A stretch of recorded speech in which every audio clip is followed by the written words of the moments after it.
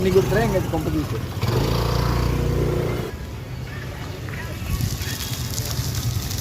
Constable పేరు మోహన్ కృష్ణ.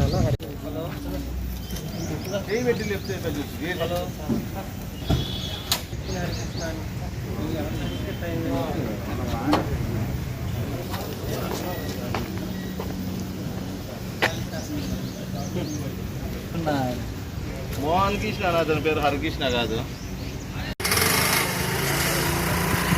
అన్ని కుడతారా ఇంకా కొంప తీసి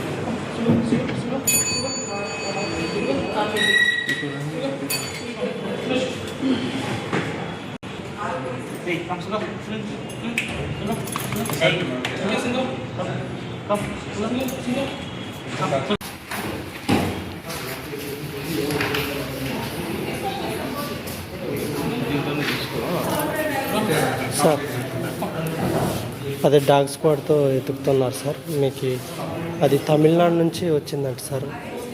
రజియాను హుసేన్